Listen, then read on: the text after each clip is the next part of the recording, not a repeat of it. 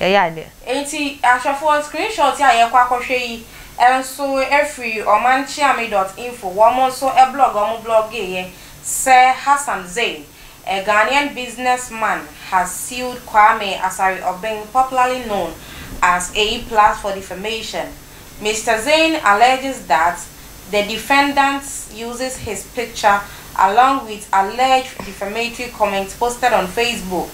on December 6, 2021, were calculated to injure and destroy his hard-earned reputation. Reputation, they say the Ghana had here. It's no party how was I to also be say he is therefore seeking, among others, general damages of 10 million Ghana cedis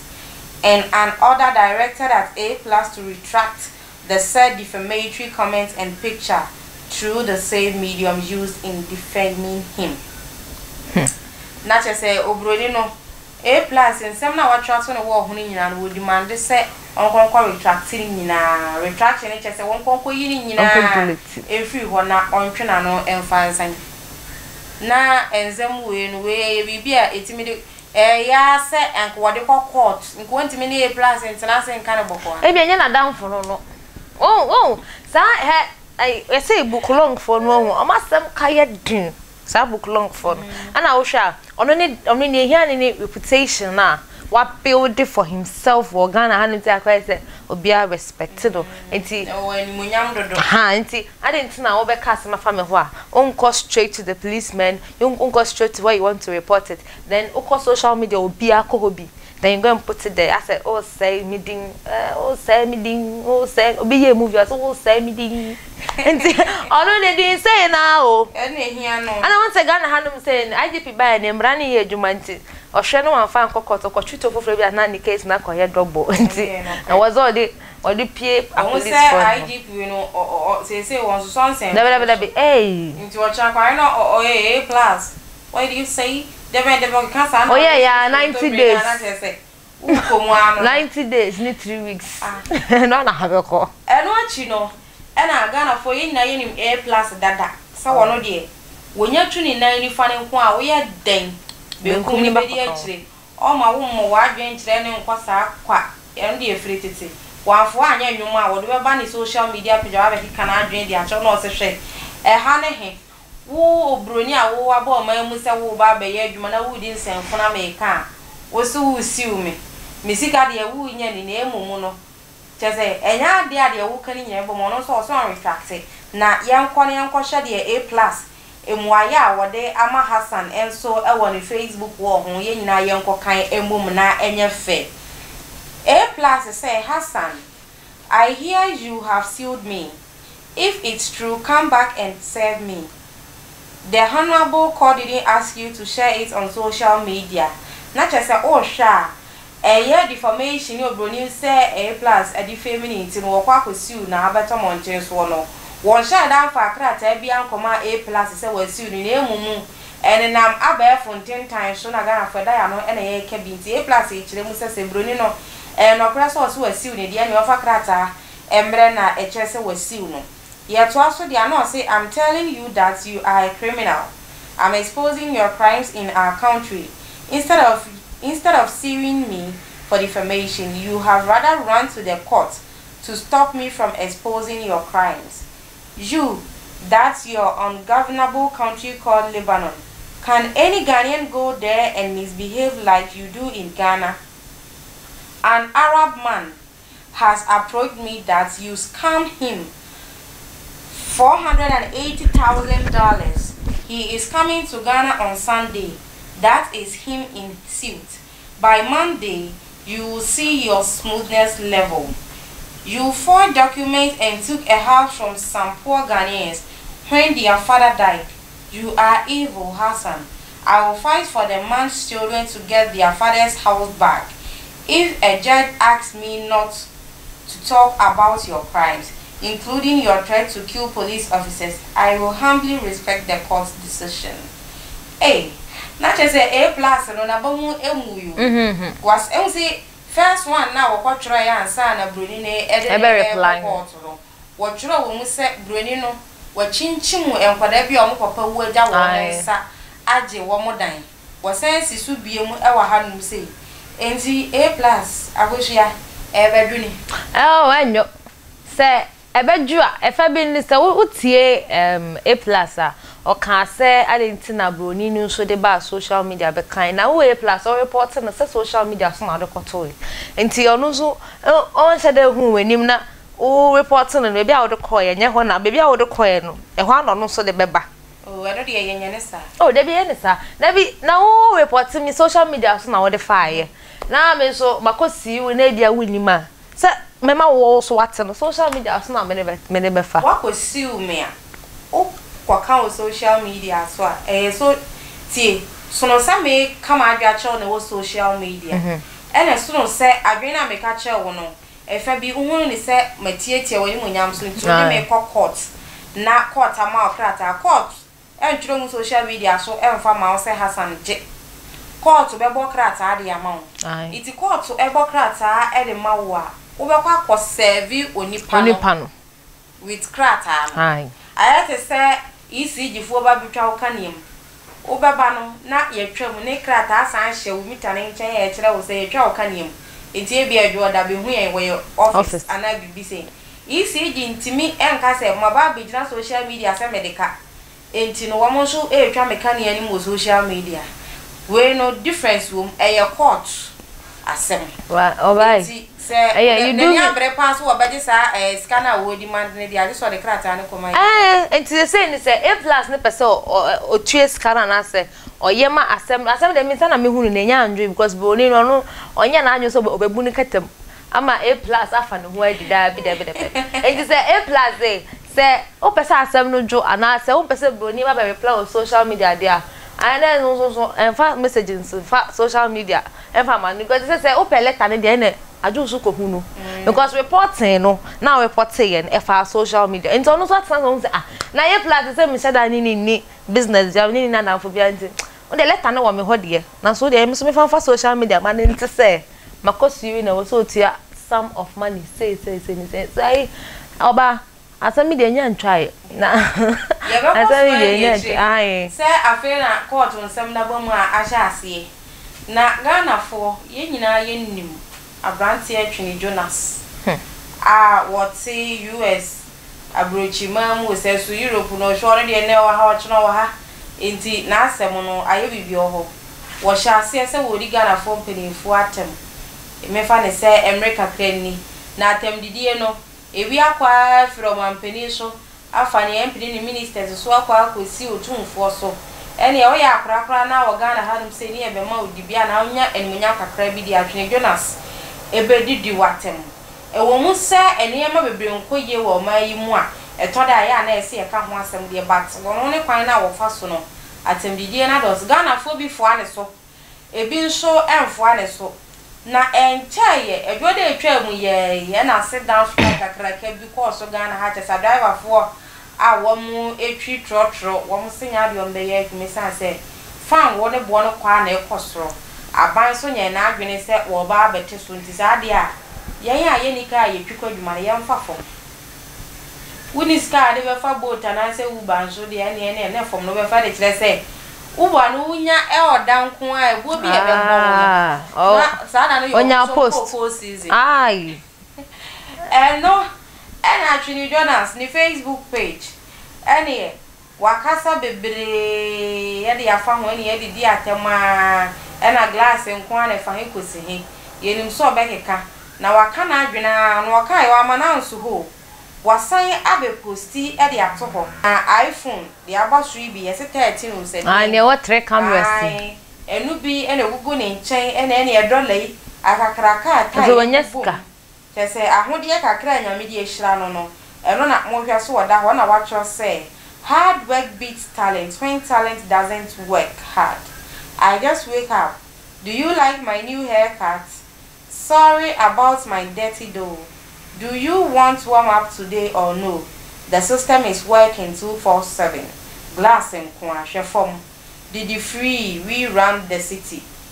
Enti akosia Atwini Jonas say we free atemudidi enim kakra wode na hode a won so kire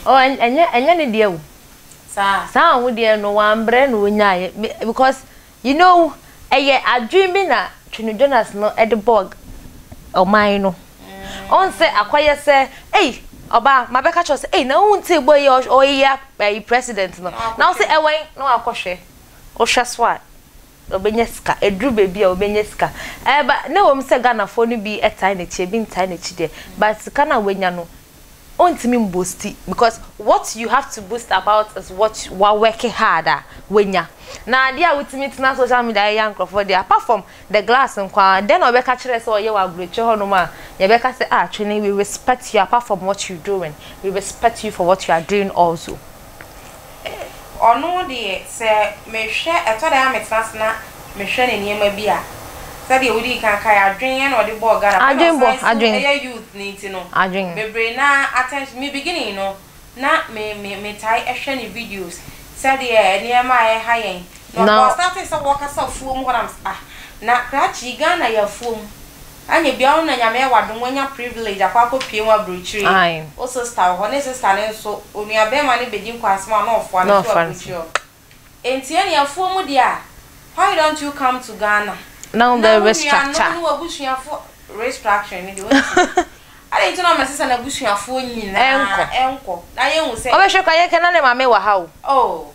o de amasi so mu nyina nko including ne omo nkokọ omo mponche na omo nkana ma nyina nko abrocho ne hu se yan de efu yan na aka ye wafu mu anti ye bedo ne ya hye ne ya pam na fe ye dua nyame ya adom na otonsu pagusu na fefe ade enya bi atwedi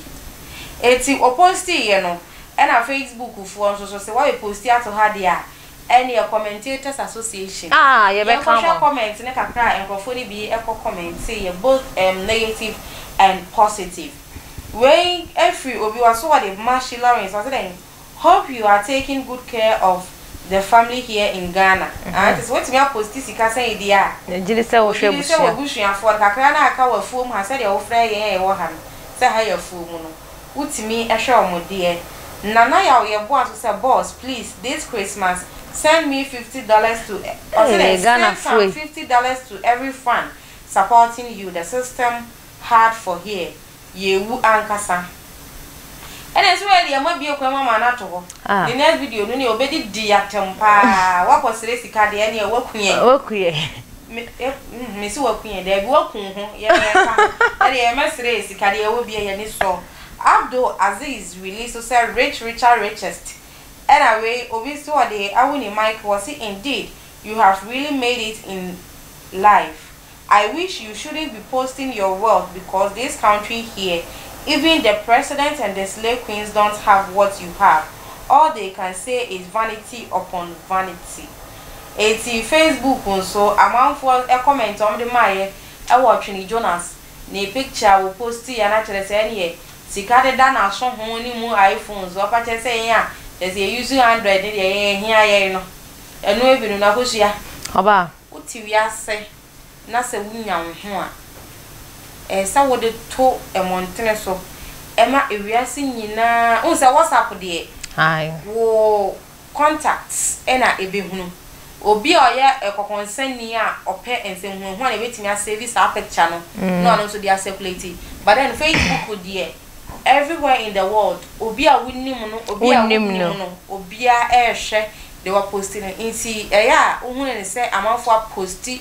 wo mo ne ma wo mo wasa na so bu ade ekoso na bra bo mo epepe bi opesi ehunu ne say yeah he or she is living good na me ma fa no ebe ho a enye me mom de ye hwehwanibu hwehwanimu na Ghana fo yetimi ye on se me fi ni payidin ge wa Ghana hanom se a chakakra oye bema no de ne ho o sika obe posti o ma Ghana fo hu se me dem wo sika o edu baby na sika ni ho Ghana fo ye se betina chire sika no ho a wo hu eno obi sire Twini Jonas say Christmas o man $50 anya dollars $50 na offend bronya I don't know why I say o fie o car na o post why now dey yin ehi hwehwe animu because onim say we are say na insult anya pe obenya wo de obi nya ne de nti adet na wo be ye eno na ma youth no akoye say yetika na say edwuma ni oman ni mu so edwuma wo because obi a me look up to her or him no youth no why we di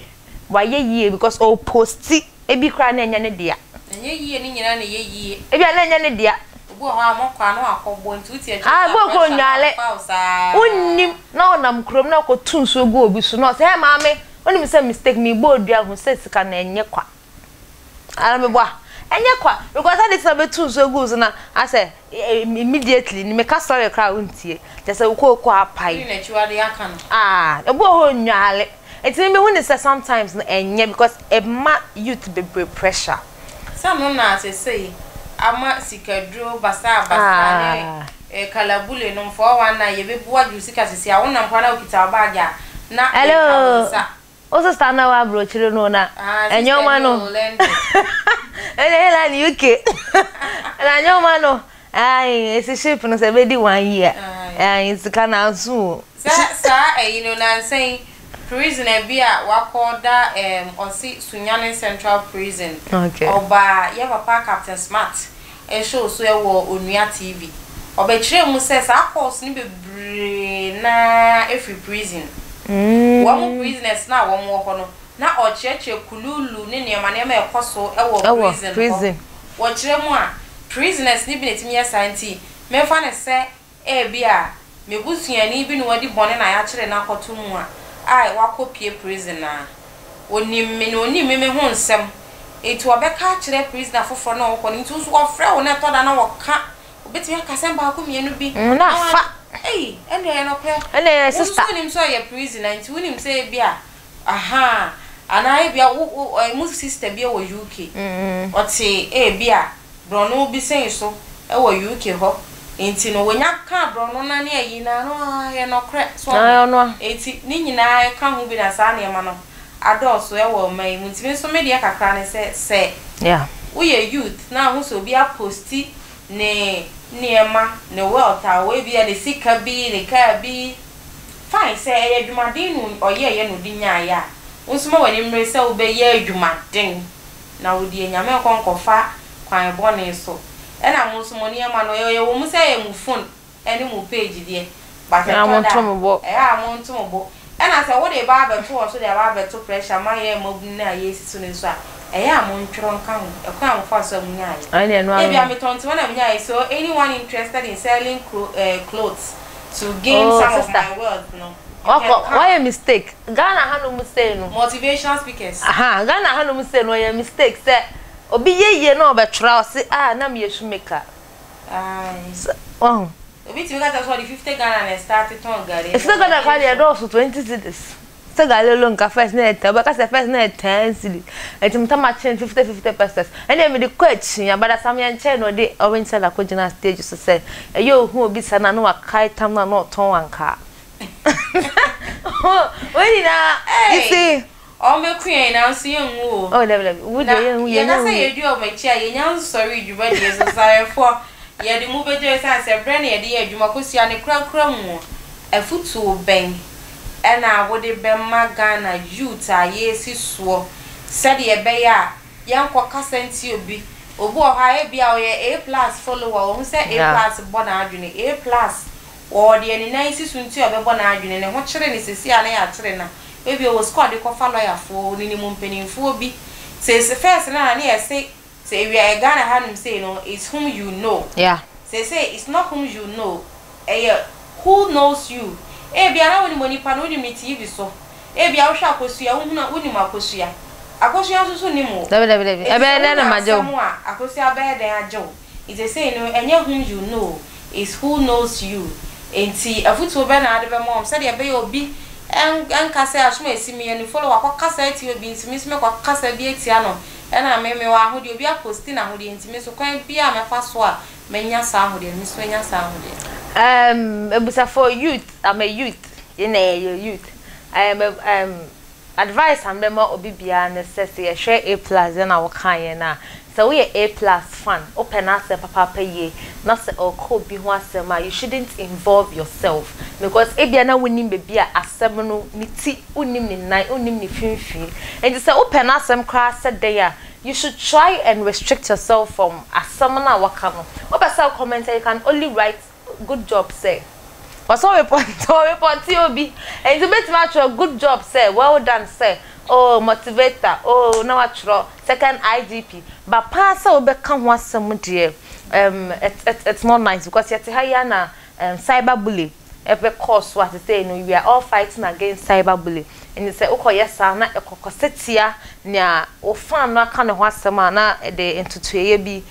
ba na say ye ba posting de yen hwehwe ni mu yen hwehwe ni mu say wo fie na wodan na person de ma yen youth ni pressure de ya na wato po say na oba kan no ya na watwere gu ase meton je ne me started with 5 cd 2 cd and I'm the joy but youth no so ya na ye mayen fa ye hu ni na enko social media sa yes ye djuma ni ho so djuma ho pa obi sorry a o de bibi si ni so ye den a obenya bi ato enti youth no mpamacho ya ye mpe bi ni yenye na ye njai celebrities ni nkofo na omo posti omo nyoma na se me yenye bi pa obi timi post atara say mommy I want this dress mommy no nim ni we he enye celebrate no ya yanka woni mu no se de oye be ma na onye ska ye che oye ai oba oye mami ai eti enhwehwani ngo bitimi kwa krampo be comment wo celebrate bi aso nim na ma say onpa bo we die mepe ai na meka say e yo mu posti e kwan yo mu fa so nyom ska na mo sign posting kan say nti wa wo pese unya ate so mo bra na mo so wa asene ya na wo so eti e bia wo hwe wa kire me kwan ofa so nya osika mesumi niska ni bia me de kwa nti me bana mama miska na mso bia na that me mafo yi so metimi aka say akosua varsity adaroma e na obo me dwetire e ma me so me de me hu ye adwuma fa so e ba me de bi ato phone e ha e na ebrebe ma ye kwan na ensemu asie ye de eba ebedan mo say ensemu asie yi de ye de e sorry so kra ye de ni atwere mu e wo America brochiman mu maami bi a wo ye adwuma e wo bank okay na bank na wo ye adwuma ho se cleaner wa cleaning ho 35 good years ni wo da so de adwuma ni ma na unim se bank adwuma so de nya ba akofo dia managers no ebi ko ne biaba ebi ko na ebi aba na de wa bai de won fa ni pa nya hwe omuhwe wo didi maami na temsa afuno maami no ena maame na tro note kama e de ato ho se dwuma ne wajai na ahwefo mumie nyina ye mumu ne akwa kan note a maami e twero e di jani manager na maami ni di abeto bonten so any Julie said I have made up a bucket of I55 cleaning material for the next cleaner whoever may be. I have left the job. Julie, after the way you dressed me down in the office, it was nothing more than aggressive and cruel,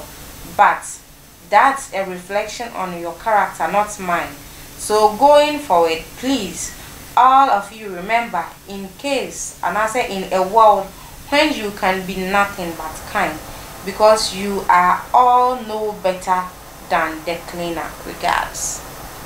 Eti asem we say no, odwen ho say se obi wo ha owo dibia binyame na dom na ebi otimi ekọ school a wo ye young mom de ba no ba benya dibia kese bi na fe wo mo ehya na se no titi Ghana akwebu a cleaners na de okọ companies be oh yembo cleaners ni security guards na de yemfo mo nya hwe na so eya na omuwe free se cleaner na ma clean kwa debi oba na betina se how de yare na because fi security guard no wan guard kwa obi timi di dua ba office e bo trim free of charge ensem bi say no say de ya na wo mo di bia mo wa adwuma mo treat enkofo a wo ma show ma se ya nka ne cleaner nko a obi o ha me fa so ye boss ne nkwala show ma se ofo mo nya hwe ensem bi sa no ya na nhuni se me huni se akoye se eye omu wo enkofo on se sa ekoye sa na wo hu boss no akoye se ombuhwe or disrespecting nipa because of once adeni yesi baby anyame de bedu bia once omutu nyum bisa bia anyame bedu bia my fa na sa but enye sa na tie say okodru position bia you should know say nipa way so ni ho a nka mini ho because the person no is to serve you. You are not to serve the person. Yeah. The person is rather serving you. And you said, it's not kind no clean aba now one cleaner. You are going to shout on top of your voice and nothing will come out because cleaner be or you stop on pan that could be say oh mejuma. That cleaner oh mejuma oh now. Yeah sharp. Social workers no so mo call Friday mo call Saturday and Sunday. And the Monday be corner office and then sometime omo ya wade. Na dey also memma. But me asema ya me kan na say eya enye. Esa ebu obi abem. E bi kra nipa na oye cleaner no oye bibi kan but you don't know because only ni ndi nkomo nti no onnim me oye ka clean. E bi cleaner no ye something order oye but obehweka na nipa no so ye penny o baby o. So me hu ni say people should rather know people before they disrespect. People should rather know people. Nim nipa no and some abeka say nipa we dey mimbunu. Okay. Me so me dey say say wunnim obi ansa na wo di obu a esene pata no aman. So far as you are a human being, when you pan say a human being there no matter what. Me wo disrespect me. Na later I be who say oh bia wo free asomasi mu say asomasi de hye no na oya adwuma asomasi ansa na me dey me say oya hypocrite. Yeah. Na try say anka nyame anyama adom masa di breka be no me nya me de nka onfa me nya hwe fra. Enti no ye besre empenimfo na ya na eba no se mo ne nkra na ye adwuma ya no matom bo ase. Obu akra mo small girl na so enwuma bi a wonimu ni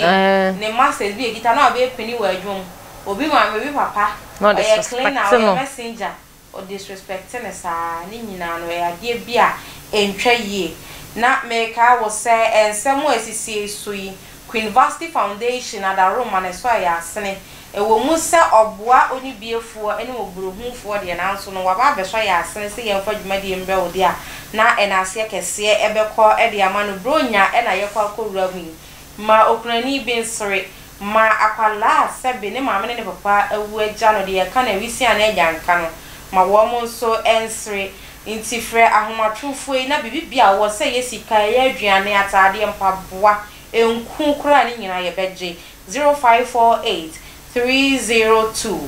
985 0548 302 985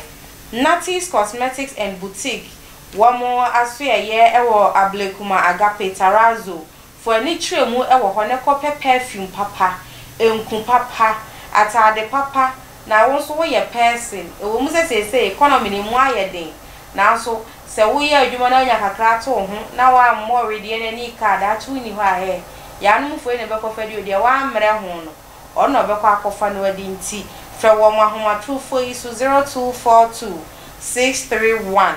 620 ubetumi nso do ani ache mu o maso ese dem di kan no mo wa Ablekuma Agape Tarazo jumadie mene Akosia Sparkles ena edi na media ene Rahel Oba Panameka o say Attention TV YouTube o kwa subscribe be na wo share saso na Facebook like na share na bibibia ye de ebeba no so nya bia he sanse ye de enema ede emfaso ebeba wabra abom ne ho nsam kwa ena ye kan e wo hanum say Attention TV ye say we inspire you, we inspire you dia na eheya ena ye de wo AC makra